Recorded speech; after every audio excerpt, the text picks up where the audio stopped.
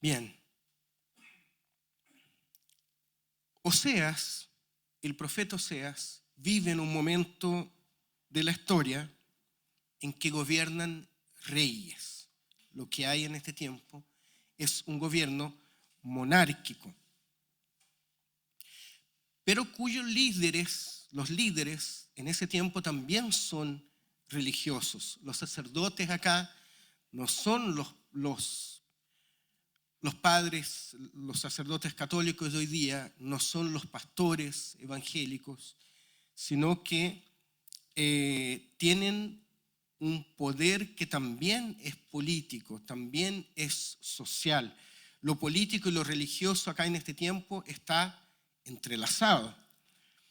Los sacerdotes tienen poder y tienen responsabilidades para con Dios, pero también para con el pueblo. Solo que estos sacerdotes, estos líderes religiosos que vemos aquí en Oseas, dicen ser devotos de Yahvé y practican los ritos en los lugares de culto dedicados a Yahvé, pero nosotros hoy vamos a ver que en realidad están actuando de la peor manera posible. Los sacerdotes son los llamados a entregar el conocimiento. Son responsables de educar al pueblo. Y entonces cuando los sacerdotes no lo hacen, porque hemos estado hablando también de la falta de conocimiento, ¿se acuerdan? Recae sobre ellos el peso de no estar actuando responsablemente con el pueblo, con la gente. No es cualquier cosa. Por eso hay que ser muy responsable para enseñar, para educar, porque los pastores, por ejemplo, los que entregan o los que son llamados a entregar la palabra del Señor desde nuestros púlpitos, tienen una responsabilidad tremenda. Yo me acuerdo la primera clase que di de academia bíblica en la iglesia. Entonces llegué con mis apuntes y puse el data y preparé todo y la mesa, las sillas, llegan los hermanos, las hermanas, parte de la clase. Entonces, primera diapositiva, yo empiezo a entregar la clase y había silencio. Y como que salgo de mis apuntes y miro y estaban todos en la mesa, sentados, cabeza gacha, cuadernos, anotando. Entonces, yo hablaba y los hermanos, las hermanas,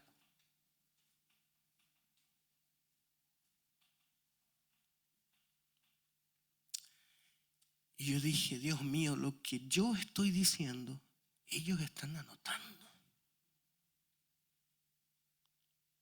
Tengo que tener mucho cuidado con todo lo que digo, porque para los que están escuchando es conocimiento. Y más encima no es conocimiento mío. Yo no estoy dando la receta de un queque marmolado, porque eso sería bien más fácil. Yo he hecho el queque muchas veces, a mí me gusta la cocina. Hermanos, hermanas, hoy día les voy a enseñar a hacer un queque.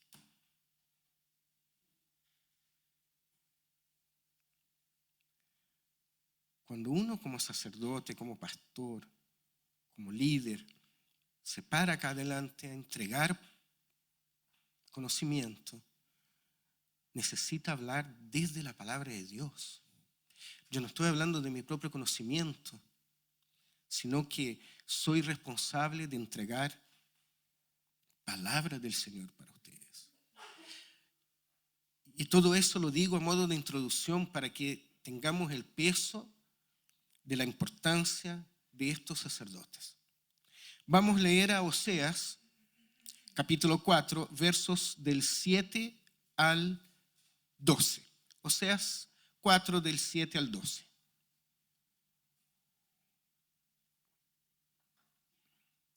Ahí está proyectado. Dice así la palabra del Señor. Mientras más aumentaban los sacerdotes, más pecaban contra mí. Cambiaron a quien es su gloria en algo deshonroso. El pecado de mi pueblo es su comida. Se regodean en su perversidad. De tal pueblo, tal sacerdote. Por eso les pediré cuentas de su conducta y les daré la paga de sus acciones. Comerán, pero no quedarán satisfechos. Se prostituirán, pero no se saciarán. Porque han abandonado al Señor para entregarse a la prostitución y al vino, al mosto que hace perder la razón. Mi pueblo consulta a su ídolo de madera y ese pedazo de palo le responde. Su tendencia a prostituirse lo descarría. Se prostituyen en abierto desafío a su Dios. Hasta ahí vamos a llegar. Para la época de Oseas, en el siglo VIII antes de Cristo, aquí estamos 750 años más o menos antes del nacimiento de Cristo, el reino de los israelitas se había dividido en dos reinos. Estaba el reino del norte, llamado Israel, y el reino del sur, llamado Judá. Y la situación política en el reino del norte, en Israel, en ese tiempo era muy compleja y era caracterizada por una gran inestabilidad política y una gran decadencia espiritual también.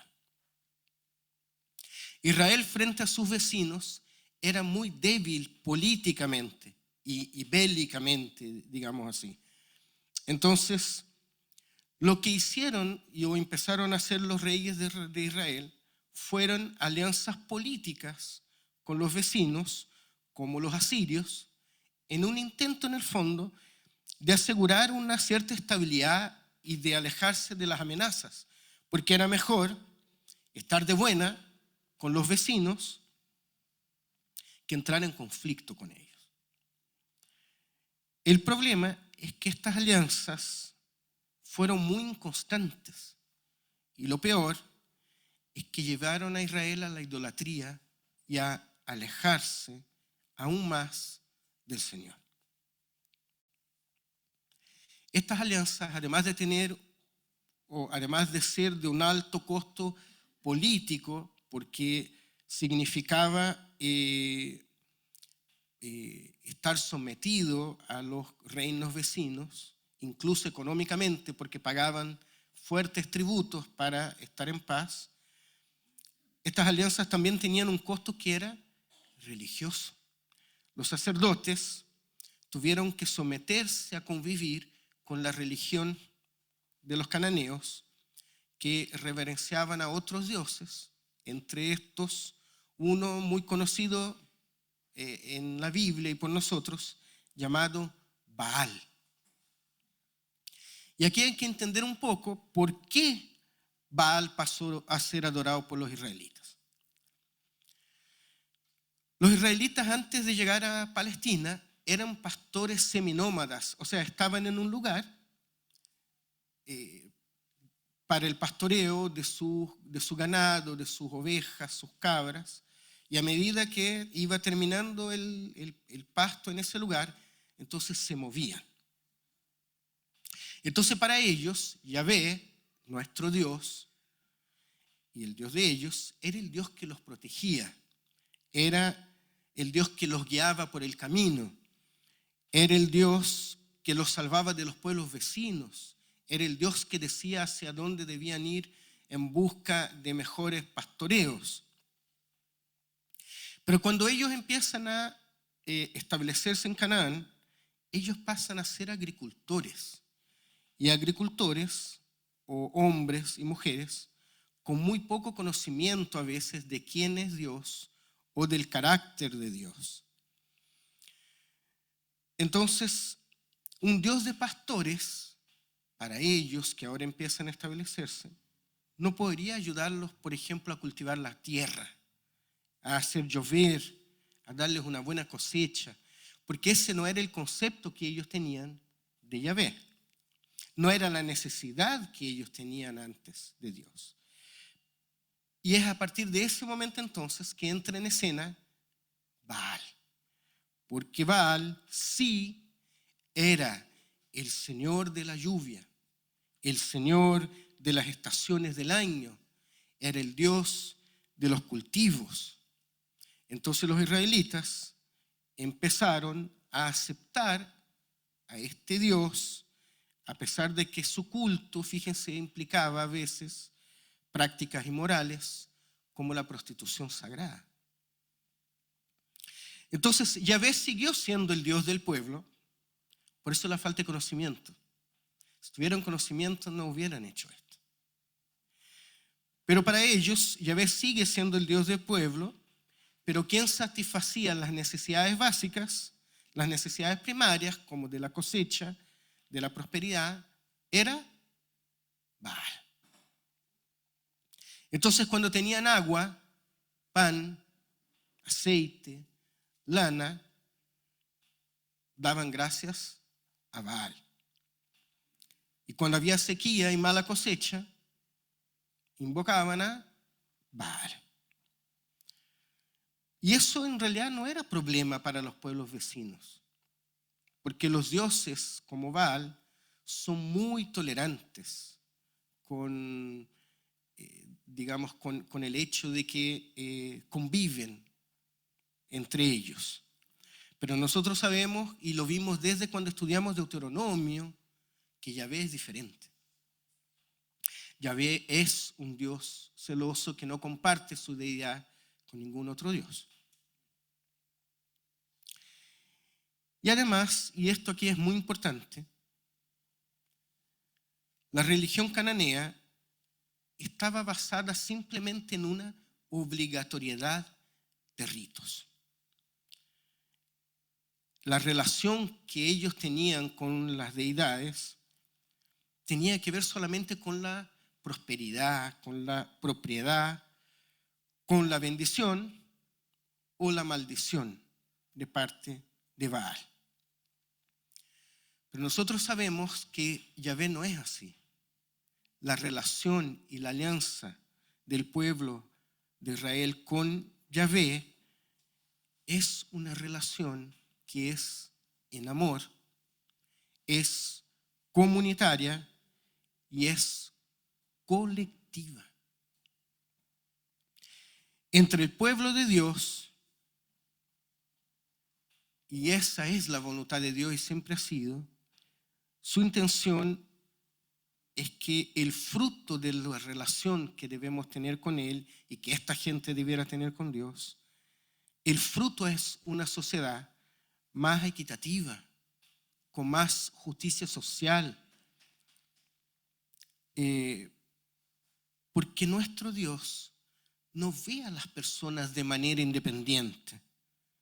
Dios reconoce a un pueblo, es Dios de un pueblo y bendice a ese pueblo, a todo el pueblo.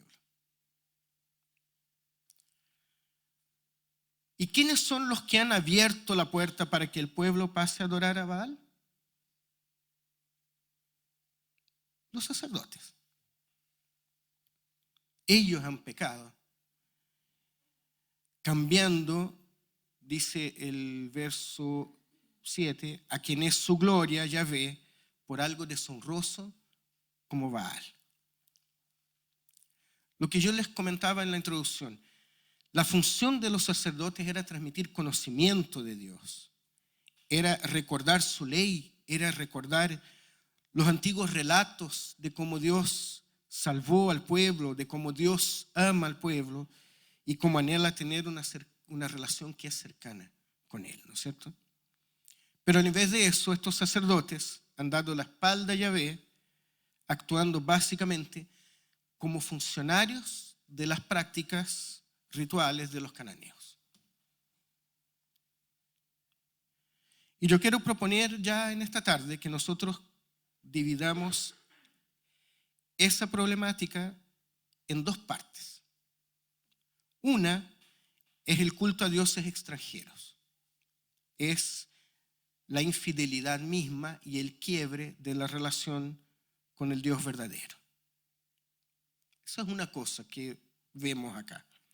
Pero lo segundo que vemos acá, y que es más aplicable a nuestros días, es la falsa relación con Dios fomentada por un culto vacío, con liturgias mecánicas, con una religiosidad débil y burda, lejana del conocimiento de Dios.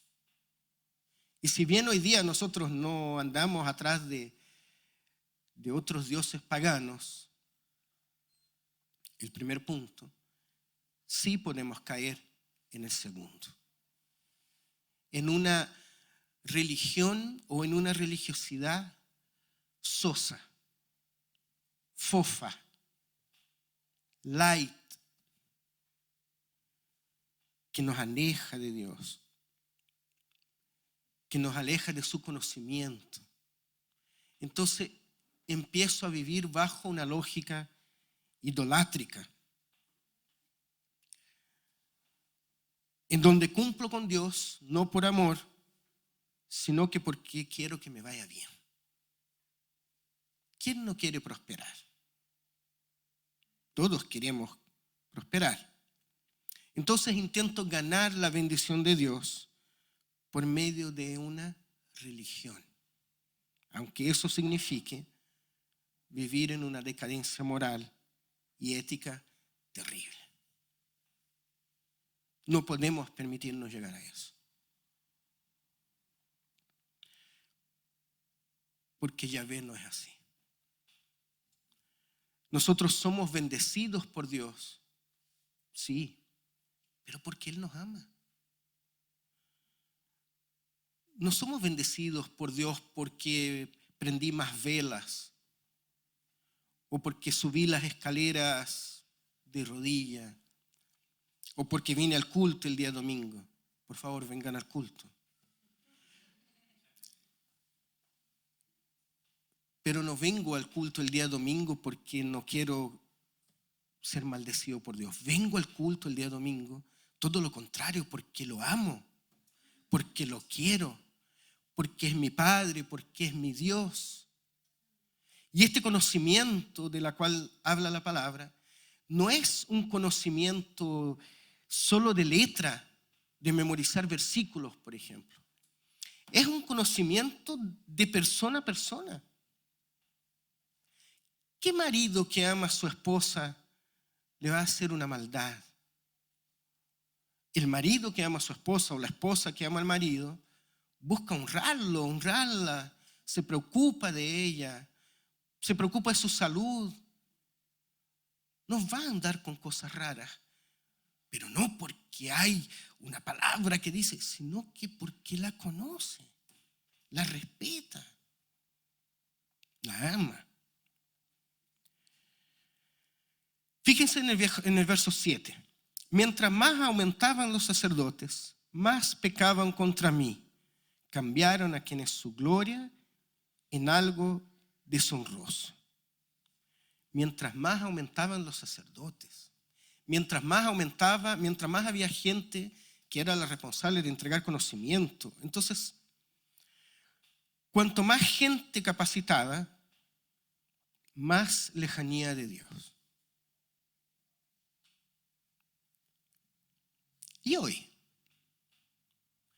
nunca hemos tenido tanto acceso a la información como hoy, pero pareciera que cuanto más información tenemos, más perdidos estamos como sociedad. Justamente porque confiamos más en nosotros y en nuestros corazones que en la misericordia de Dios. Y entonces perdemos el foco principal, que es tener una relación con el Señor.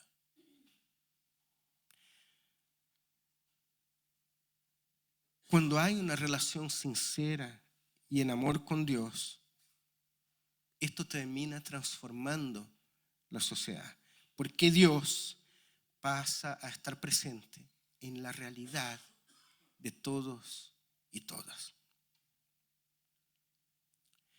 Y lo más triste, y esto creo que no es la primera vez que lo vamos a decir desde este púlpito, pero parece que hay que decirlo una y otra vez.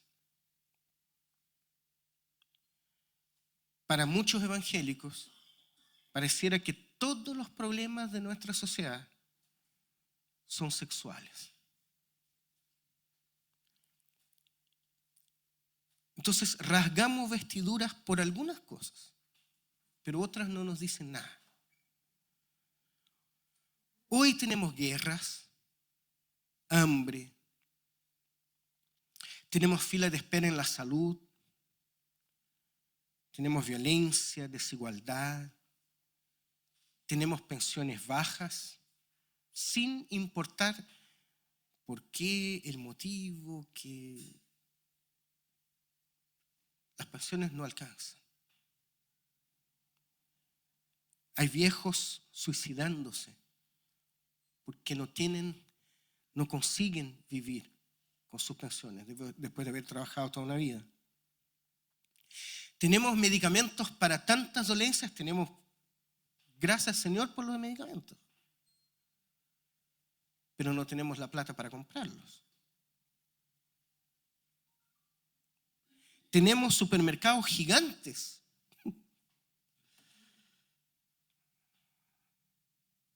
pero muchas veces no podemos entrar en ellos porque no tenemos la condición. Tenemos a nuestros niños metidos en la droga. Tenemos los cabros volados, perdidos, al invés de estar en el colegio, o de estar jugando, o de estar haciendo deporte. Tenemos a niños y niñas con papá y mamá en la cárcel. Y a veces a esos niños el mayor referente es el traficante de la población, porque ese entrega cierta seguridad a la población. Y es mejor estar en la esquina, parado, drogándose o sin hacer nada y recibiendo unos pesos, parado en la esquina, porque si viene carabineros o avisan hacia adentro de la población que viene la policía, y entre no hacer nada y estar ahí, mejor estar ahí. Y podríamos seguir, ¿no es cierto? Todo eso que yo he nombrado es fruto de la corrupción. Vivimos en una sociedad corrupta. Y lo peor, la corrupción es insaciable. Verso 10. Comerán, pero no quedarán satisfechos. Se prostituirán, pero no se saciarán. Entonces, querida iglesia, la invitación es que busquemos al Señor y hagamos la obra a que fuimos llamados. Denunciemos la maldad. Levantemos la voz como iglesia, como cristianos, como cristianas, y cumplamos con nuestro rol profético. Miren, y con esto termino. Hay dos formas de vivir el Evangelio. Dos. ¿Se acuerdan de la parábola del buen samaritano? Cambiemos un poquito el switch. El buen samaritano. ¿La conocen? La mayoría la conocen, ¿no es cierto? ¿Cuántos personajes hay en la parábola del buen samaritano? A ver si se acuerdan.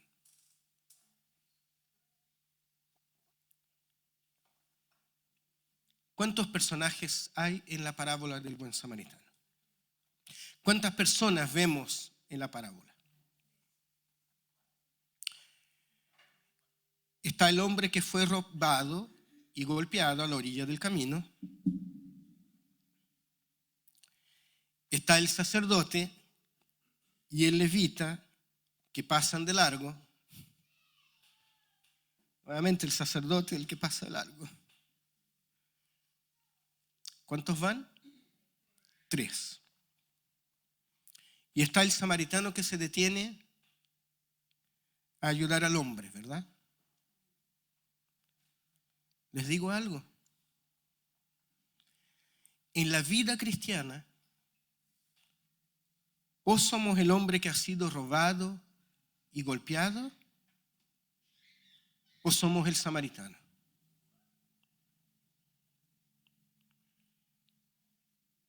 Pero no podemos darnos el lujo de ser el sacerdote o el levita.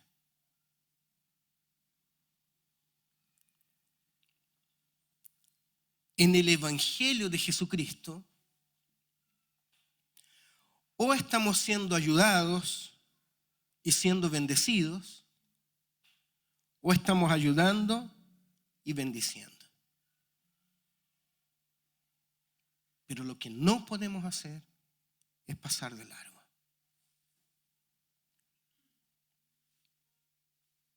No podemos ser sacerdotes corruptos, con una vida religiosa y espiritual sin frutos. Nosotros no somos cualquier persona. Somos hijos e hijas de Dios. Así que vivamos la vida con la cabeza erguida, pendientes de los demás. ¿Dónde puedo ayudar? ¿Dónde puedo servir? ¿Dónde me necesitan? ¿A dónde quieres que vaya, Señor? ¿A quién quieres que yo levante hoy de la orilla del camino? Pero no seamos sacerdotes y levitas que pasan de largo. A veces nos toca así, ser el hombre caído a la orilla del camino. Pucha que nos toca. Pero a veces también nos toca ser el samaritano que pasa y que ayuda. Y si nosotros vivimos así, les digo algo, el mundo va a cambiar. Somos un granito de arena, sí. Pastor, ¿qué hago? ¿Qué voy a hacer yo si no soy nadie? A lo más consigo mantener mi casa, mi familia. Eres un hijo, una hija del Señor. Ponte en las manos de Él y Él todo lo hará. Pero no seamos el sacerdote corrupto de Oseas. No bargañemos con los otros dioses. No nos quedemos callados frente a la corrupción. Dispongamos nuestras vidas en la mano del Señor. Y yo les digo, el Señor se va a manifestar. Lo ha hecho y lo seguirá haciendo.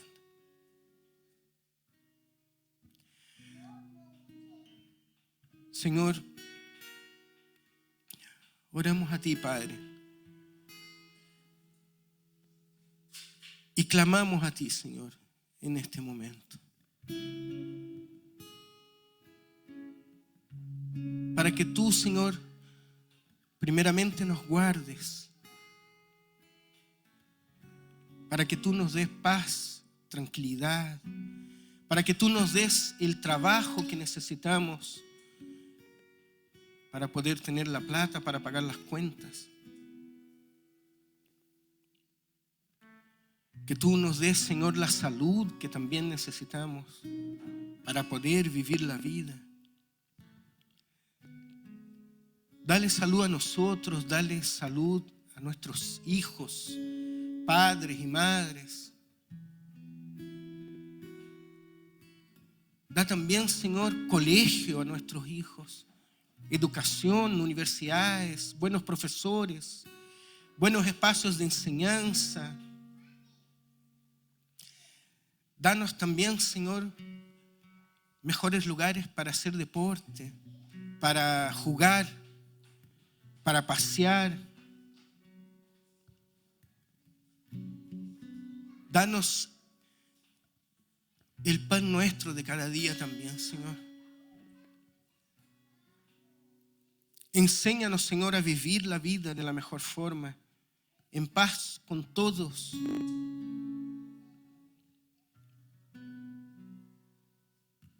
Amigos y enemigos. Pero también, Señor, capacítanos para que sepamos cómo actuar frente a la corrupción, Señor.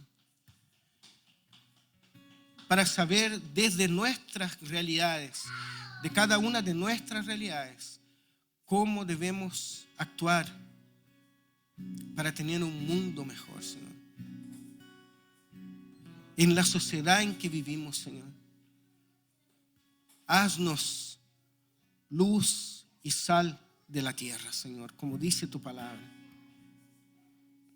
En la sociedad en que vivimos, Señor, que seamos como lumbreras, entregando de ti, entregando de lo que hemos recibido,